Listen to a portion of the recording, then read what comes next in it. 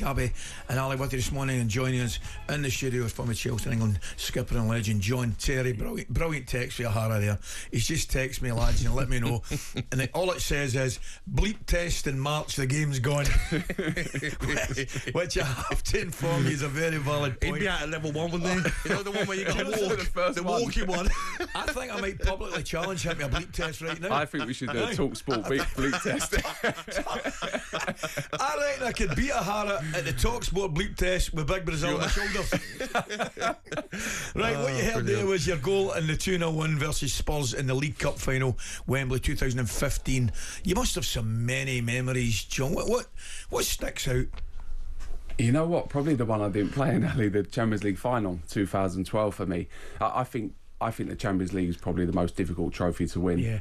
Having been, I feel we were the best team in 09-10 when Barca beat us in the last minute, 04-5 when we got knocked out. A bit controversy. Yeah, a little bit, yeah. A few penalties maybe. I'd suggest maybe, Yeah. But just in terms of, as a football club and Chelsea meaning so much to me, not playing in it was devastating for me, but seeing the boys and the club win it for the first time was pretty special, mate. So that one, really bizarrely, is the best one for me. It's amazing. I watched that final in Hong Kong with wee Durante. I mean, I'm not going any further into it than that. A few beers. It was a special memory for us as well, to be quite honest with you. But it's amazing for you to say that. But it obviously just shows how much the Chelsea mean to you. You know, is it one of these things? You just get the club, you get it. You get the environment, you get the people, that, you know, whether it's the tea lady, the kit man, the masseur, everything about it. Yeah, I think it's all of that. Like when I first joined Chelsea when I was 14, Chelsea wasn't the club. It was, 20 years later after winning all the trophies. We were kind of a mid-table team. We won the odd trophy. And I had Man United, Arsenal, all kind of wanting to sign me. But I walked into Chelsea and just thought, this feels like home to me. I loved it. I loved the family feel about it. And like you say, the relationships you build with the supporters and the people within the club that have been there for 40, 50 years now is special. Like, Chelsea means everything to me. I'm delighted that I'm back in the academy working with the kids. I feel like I have something to offer for them. Like we spoke earlier about them going over to the first team. I've been through everything these guys are going to go through, so to have the little conversations before they go over, or before games and certain other bits, I love doing. But I think even like you say that about the youth team players coming through, even when you come to Villa, we were like, "Whoa, JT's a Villa." Do you know what I mean? It's the respect straight away. He's been there and done it. The leadership that you offered at Villa as well. Yeah. But was that hard to leave Chelsea and come to Villa? Yeah, it was very hard actually. I've never been so nervous doing the Making Me Sing. He was on me for about 3 days. We were away every night. So we were away pre-season in Portugal, and Gab's like, first night up you get.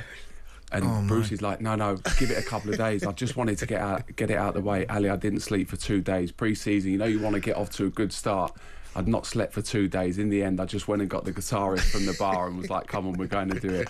But I'd never been so nervous in my life, Gabs. It's funny, that. I get that. Because I was kind of nervous walking in when I'd left Rangers after 15 odd years, getting into the Kilmarnock dressing room, where incidentally, I'd 3 the best years of my life. But it's a little bit nervous because you don't really know what to expect because there's change. Yeah, it's great when everyone else signs and you're at Chelsea forever and you're laughing at people singing and getting intimidated and... it's good. It's absolutely amazing. So tell me, Gabby, training, JT, you'd come up against him. How was it? He loved to pull on the shirt. The reason I'm asking you the question is because we had a conversation before the big fella came in. Yes. Playing against him. Clever. But even like playing against JT and Rio and company, JT was like clever. So even if the channel was available for me to run in, he would just give you a big nudge and then go and get it. Do you know what I mean? You were clever, weren't you? In like, the channel's there, but you're not going to get there. I was never the quickest, so I always had to be thinking ahead. Like, you love to run the channel, so I needed to prevent that before the game. How could I do that? I had to pull your shirt, I had to give you a little push and a nudge here and there, so I had to use all the bits to my strengths that was a disadvantage to you. But we talk about, don't we, everyone has this debate of who was the best ever centre-halves, who's the best combination. We agreed earlier, didn't we? So we're going to go JT, Rio, Van Dijk and company, and there's others that might be close, Sol Campbell. But what I've spoken to people about is when you play JT, Rio and company, the latter part, you had Michael Owen, Van Nistelrooy, Thierry, Bergkamp, Van Persie, Suarez, Torres, Aguero, Tevez, Rooney, Berbatov, Ronaldo, Robbie Keane, Jermaine Defoe, Benty, Heskey. I've got in brackets Gabby and crew. I've just got. It's a fantastic list. You should have stopped short of Benty and Agbonlahor, though. Oh, yeah. But I'm in brackets at the bottom. Let's not get shouting me. We need to move on. talkSPORT presenter and resident Spurs fan Jamie Harris has sent you a very pressing question. JT, have a listen to this. All right, JT, it's Jamie O'Hara here. Question for you. Spurs last won a trophy in 2008, beating your mob. You played up the Spurs and just promised to win a trophy in his second season. Will they win the Europa League? And if they don't, do you get rid of him? Have some of that with your Chelsea hat Nice on. of him to remind me. 2008, yeah. That's the only trophy they've won in about 100 years, Spurs, and probably will be in the next 100 as well. So that's where it kind of stays and lies with them, I think. He failed to mention 2-15 when I scored and we beat them 2-0 he as kind of well. glossed over that, didn't he? Yeah, Glossed over that, he mate. did. Will they win it? I'm not sure. They look different. They look a different side to me this year. They don't look the exciting threat, pace they had up front before. I think it's a thing with modern day football as well. I'm not sure teams are running behind anymore. I love the fact that Newcastle went right against Liverpool the weekend, made it difficult for their defence. Like, I think a lot of teams, and the top sides especially, have it very easy now. You know, players sit back, sit behind the ball, try and hit on the counter. You had pace in Isaac and the other boys going forward. They looked a real threat the whole game. Do you know the one team? You know the one team that's kind of changed, in my opinion, and do give you a threat in behind. And they arguably look the best team at this moment in time is PSG. Yeah, Do you see the boys in the wide areas with Gabby, you know, what do you call him, Barcola, particularly in the wings. Yeah. They'll go in behind, they'll come, they've got a little bit, they're different. Yeah. And they'll take people on and commit people. Yeah. And I think they've been, like, certainly in the last month or so, a great watch. I saw them last 30 minutes against City in Paris. I thought they were excellent. And I thought over the 2 games against Liverpool, they showed their real quality. I know them through in penalties, but I thought they deserved to go through. Yeah, they did. Yeah, they dominated Liverpool in both games. I thought they were excellent. But also the worst thing for a defender is when people run behind. So playing against you, Gabs, looking to run behind, it's a nightmare for me. Or when wide men like the old Hazards and those guys take it on the back foot, face defenders, the only thing you can do is drop off. You then have to get midfielders behind the ball and stuff like that. So do you know what frustrates me though? And it's happened at Villa now and then as well, is when I watch football now, JT, it will come to a winger, it can take the right back on 1v1. Turns back. He will turn back. It will go back to the keeper and start again. I'm just like, if I ever got in that position, 1v1, take him on every chance. Well, now it's like back to the keeper and start again. And you've got to take them on, because as soon as you take them on, if you get by them, the whole thing opens up. It poses the centre backs a problem. They've got to come across. They don't like leaving the space. But that's how they're coached now, because I think Maresca said it about Enzo Fernandez. If he doesn't pass it back and keep the move going, then he'll be coming sit next to me. So it's how the teams are coached now, isn't it? How they keep it going. You have to go back to the keeper. The keepers can play, start from there, don't they? Yeah, I think everyone's obsessed with possession and also playing out from the back as well. It drives me crazy.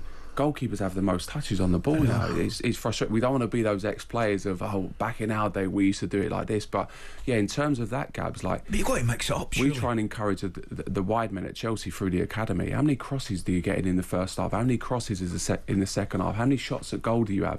Like, all of these things now can create chances, or, like you said, Ali, make the defenders defend crosses. Villa scored against Bruges away.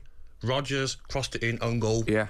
The defender had to score an own goal because Watkins would have tapped it in. So the goal comes as get in the box. You've got to ask your defenders a question. Get it in a wide area, and you don't even need to beat your man. Get a half yard, get the ball in, give a centre forward a chance, and ask your centre backs a question.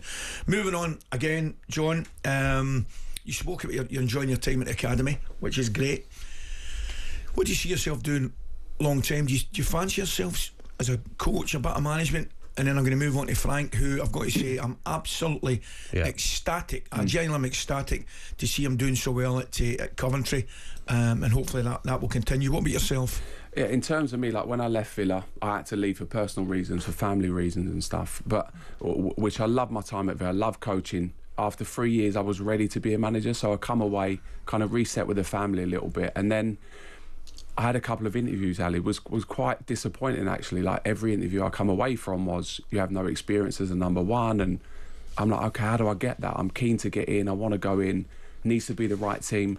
Didn't get my opportunity, and now to be honest, I've stepped back. I'm part-time in the academy at Chelsea, which I spoke earlier. I love being around the boys and supporting them. But in terms of my life at the minute, like, I'm playing a load of golf. I love my golf. Summer's just about to come now. You're in a great place. Yeah, I'm playing paddle. I'm fit, I'm healthy. Yep. I'm with my wife, with my family, enjoying life a little bit. Kids. Like, we make big sacrifices as players. You don't see the kids on their birthdays and all things like that. Picking the kids up from school and dropping them off, or dropping them to their friend's house and stuff like that, means everything to me. So in terms of that, that's where I'm at the minute. I think the longer I leave it, the kind of less likely it is to happen. I still have a dream. I'd love to go in at Chelsea one day. Does that happen without me doing the other levels? No, it probably doesn't. So I'm realistically, it's not going to happen for me, and I'm comfortable with that. I'm happy. I've done all my badges. I'm ready. So if anything does ever come up and it's the right opportunity, I'll go in. talkSPORT Breakfast, waking you up Monday to Friday morning from 6 a.m. on AM, on DAB, via the talkSPORT app, and on your smart speaker. talkSPORT.